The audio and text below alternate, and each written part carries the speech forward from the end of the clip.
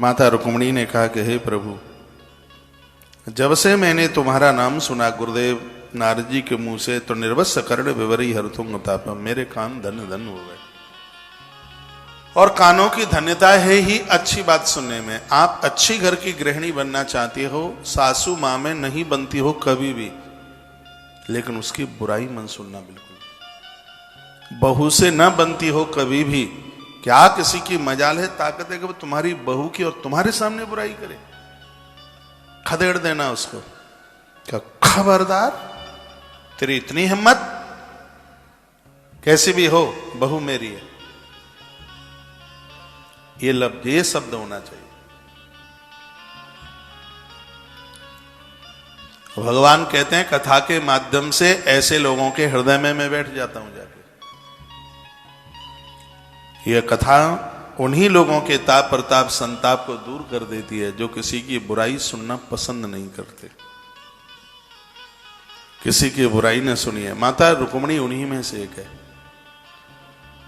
रूपम दृशाम दृश्यमताम अखिलार्थलाभम। हे भगवान, हे प्रभु,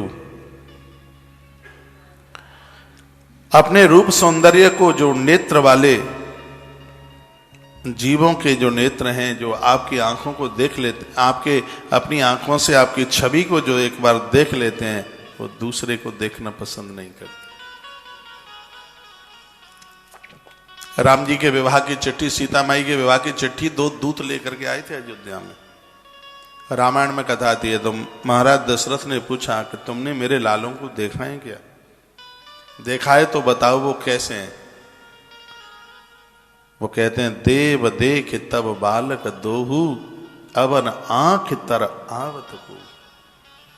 वो तो ऐसे हैं कि जिन राजकुमारों के आंखों ने देख लिया है, अब ये आंखें और किसी को पसंद ही नहीं करना चाहती, या और किसी को देखना ही नहीं चाहती।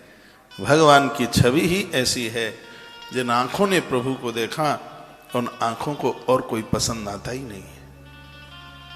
माता रुक्मिणी यही तो कहती है।